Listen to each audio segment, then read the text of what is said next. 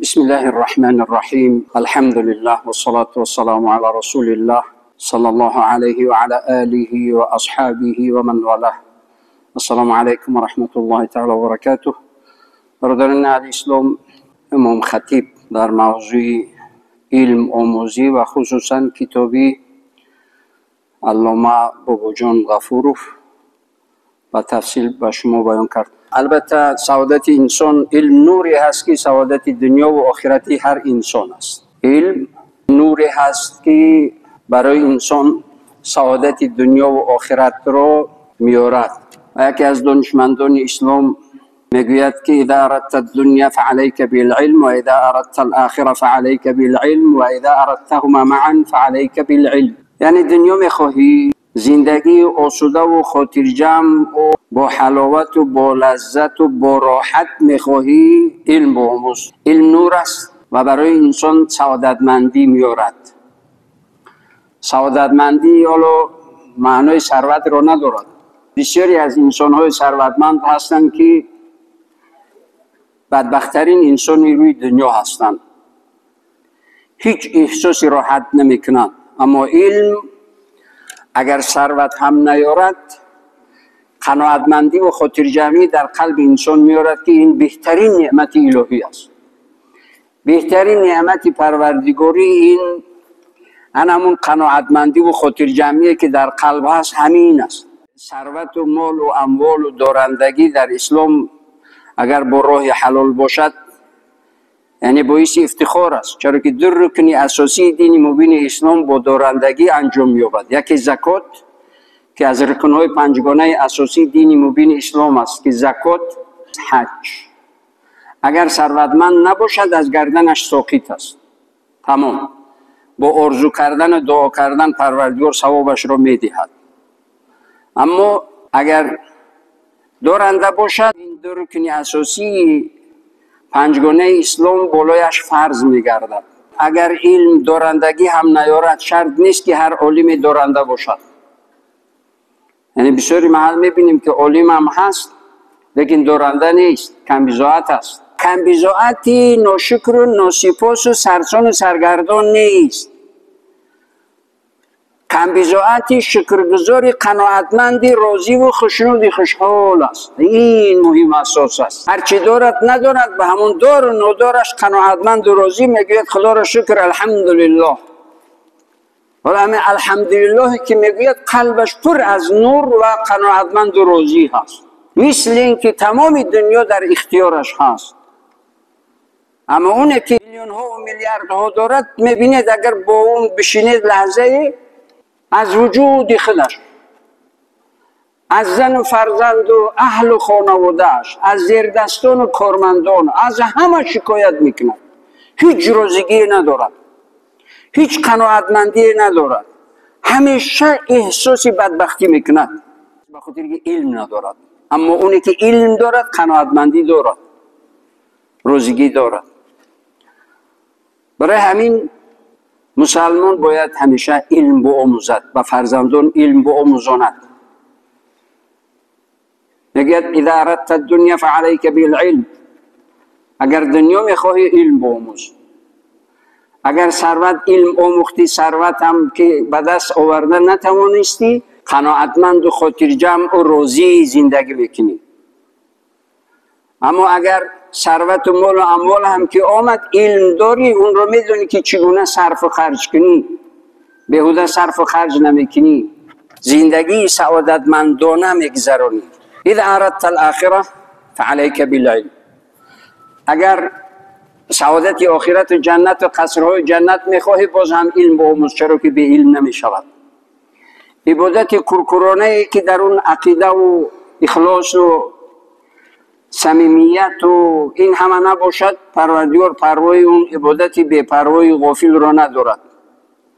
پروردگار پروای عبادتی که با اخلاص، با ایمان، خالصا لله. چرا ما در نیت نماز میگیم خالصا لله تعالی الله اکبر، خالصا لله، با شعور، با درک، با فهم، عبادتی با تمامی وجود رو پروردگار قبول دارد.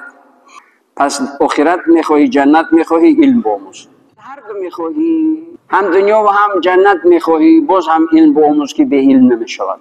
وقتی که علم آموختی، هر چیزی که تقدیرت باشد به تقدیرت راضی میشوی. الحمدلله. بدارد ندارد، ترد خشکت کمت زیادت، هر چی که داری نداری الحمدلله، خدا را شکر، و تقدیرت راضی هستم. چرا که تقدیر اختیار انسان نیست. انسان تقدیرش رو اختیار نمیکند. خصوصا مسلمان باید بدوند که من تقدیرم رو من انتخاب نمیکنم، پدر و مادرم رو من انتخاب نمیکنم قبل از به وجود آمدنم. لیکن فرزند رو میتواند که پدر و مادر تربیت کند، سبب روشنایی چشم و افتخار دنیا و آخرتش باشد. با تربیتش فرزند میتواند که با خدمت پدر و مادر دنیا و آخرت و جنت و قصرهای در جنت رو به دست بیارد. پدر و مادر انتخاب کرده نمی شود، لیکن خدمت کرده می شود.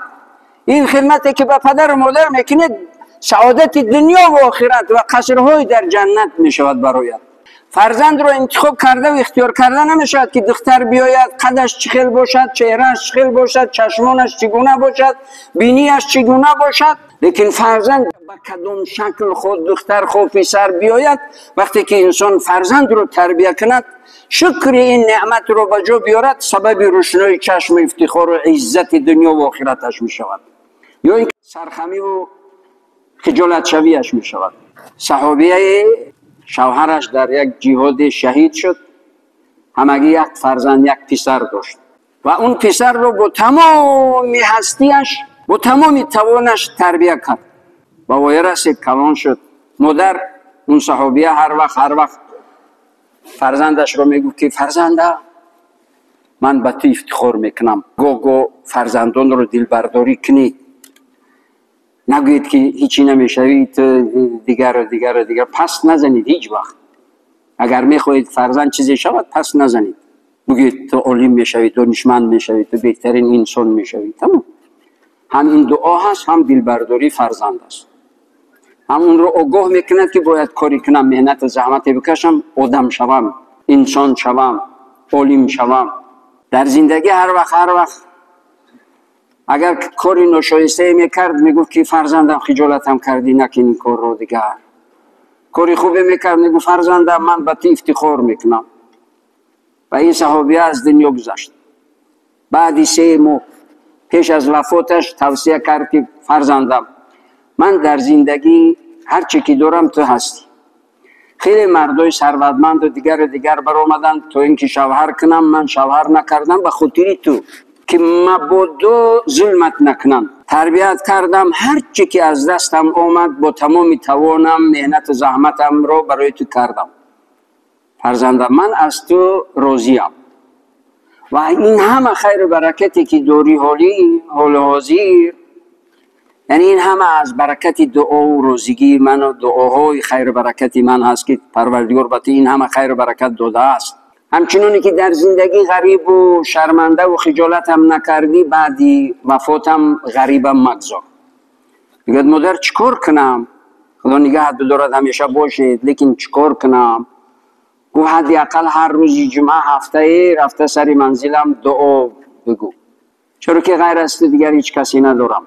میگه 3 ماه پای در پای هر روز جمعه میرفت دعا میکرد سر قبر مادر. بعد 3 ماه در خواب همون مادر رو دید.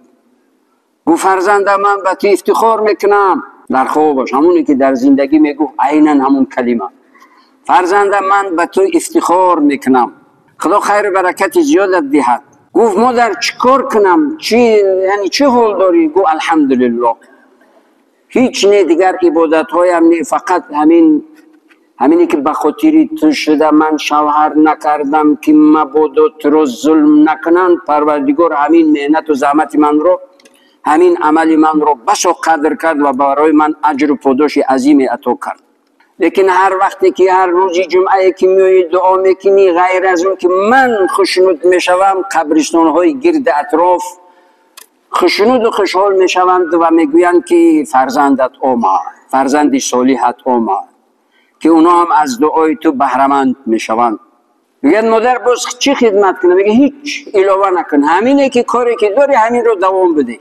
مثل یک انسان زنده در خوابش مادر رو میبیند، مادر صالحه با عبادت، روحی پاک، جنتی. تربیه فرزند برادران یعنی اسلام، تربیه فرزند افتخارت بعد از مرگت هم افتخارت هست، راحت جانت هست، عزت و برکتت هست. برای همین پدر رو اختیار کرده نمی شود، لیکن با دعای پدر و مادر قصرهای در جنت صاحب می شوید. فرزند رو اختیار کرده نمی شود، لیکن با تربیه فرزند قصرهای در جنت، عزت دنیا و آخرتتون می شود. حالا اومدن این دنیا رو انتخاب کرده نمی شود که کی من بیایم در این دنیا در کجا بیایم. حالا من در این تاجیکستان عزیز آمدم، در افریقا نه آمدم، کی می روم باز در اختیار خودم نیستم. بسیاری آدم‌ها را دیدیم که هنگام صحبت رفتن یا پیاله چایشان رفتید رفتن، یا انسان‌هایی هست که 20 سال بستر بیماری خواب است، آرزوی مرگ میکند، هیچ نیست که مرگ بیاید. همین است تقدیر انسان. تقدیر رو انتخاب کرده نمی شود. با روزیگی و خوشنودی و خوشحالی و راضی شدن به تقدیر الهی جنت رو صاحب شده می شود. قناعتمند و راضی و آسوده حال و سعادتمند زندگی کرده می شود. نگه چرا که فلانی دارد و دارد من ندارم. بالا نگاه نکن، زیرا ببین آدمایی که چشم ندارن پا ندارن اونا رو ببین. چشم داری پا داری اینا رو ببین. تقدیر این نقشه پروردگار است، لیکن راضی شدن به تقدیر الهی جنت رو از خود کرده می شود. کشور رو انتخاب کرده نمی شود، پروردگار است که در اون کشور میارد، لیکن خدمتی به اون کشور، شکرانه اون کشور، اون سرزمین رو کردن عوضش جنت است. آبادانی، آرامی، برادری، دوستی و ترغیب و تشجیع برای اخوت و برادری، این همه پند اندرز که آرام برادرانه انما المؤمنون اخوه زندگی کنیم، که مؤمن اهل ایمان همه برادر همدیگر هستند. متاسفانه حالا گروه های از تندروی از اسلامی این آیه کریمه اساسی محوری روحی دینی رو فراموش کردگی هستند. من شیعه، من سلفی، من تکفیری، من نمیدونم که تحریری، دیگر گو تمام مسلمان رو بعد حکم به کفر میکند. کجا هستون برادری ایمانی؟ مدامی که ایمان داری، پروردگار میگه تمام ایمانداران اهل ایمان برادر هستند، لیکن این برادری رو فراموش کردند. این آیه کریمه اساسی محوری رو فراموش کردند. فقط حکم یکدیگر میکنند، یکدیگر رو به کفر حکم میکنند، فقط کارشان مسلمان کشی هست. متاسفانه بدبختانه.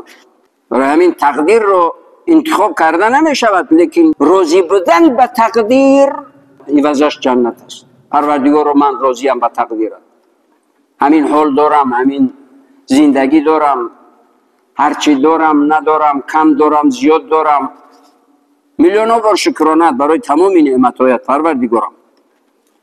این روزگی و این تقدیر عوضش جنت است. خدمت این کشور، خیرخواهی نسبت این کشور، آرامی و آسودگی و برادری شهروندان این کشور و سعی و تلاش کردن برای این عوضش جنت است. این رو کرده می شود. سعادتمندترین انسان همون انسانی است که قناعتمند، خوشنود و خوشحال زندگی میکند، راضی هست. و یگانه نعمتی که تنها پروردگار به دوستانش میدهد، به هر کسی نمیدهد، این همون نعمت قناعتمندی و خاطر جمعی و خوشنودی و خوشحالی و راضیگی. خدا رو شکر، الحمدلله. انا همین الحمدلله گفتگی قلبت رو پر از نور ایمان و پر از نور اسلام میکند که بهترین انسان، سعادتمندترین انسان زندگی میکند. دعا کنیم پروردگار رو همه ما را کامیابی ها و سعادتمندی های دائمی این دنیا و آخرت نصیب روزی بگردان. کشور ما را همیشه آرام، همیشه آباد، همیشه پیشرفته، ترقی کرده از همه جهت، از جهت دین دنیا در حفظ و حمایه و پناه خودت نگه بدار. تمام وبا و بلا و آفت و فتنه ها را ببردار. فیض و خیر و برکتت را دائمی و ارزانی و همیشگی بگردان. پروردگارا پیشوای ملت و تمام شخصان خیرخواه این کشور اسلام و مسلمین را در تمام کارهای خیر، عملهای صالح و نیتهای نیکشان کامیاب و موفق بگردان. پروردگارا همه این حاضرین با امید خانه‌ات آمدند و دستی امید به سوی خودت برداشتند و هر یکی امیدها و آرزوها و نیت‌های نیک دارند، همگان را به مقصدهای اصلی و نیت‌های نیکشان برسان. در این روزی سعید جمعه کامیابی‌های دائمی، سعادت دارین نصیب روزی بگردان. بیماران را شفای کامل و عاجل عطا فرما. پروردگارا قرضداران را از قرض و خجالت نجات بده. مشکلی داران را مشکلی‌هایشان را برطرف. در کسب و کار و رزق و روزی و اهل و خانواده و فرزندان و آیندگانشان برکت دائمیت نصیب روزی بگردان برحمتک یا ارحم الراحمین.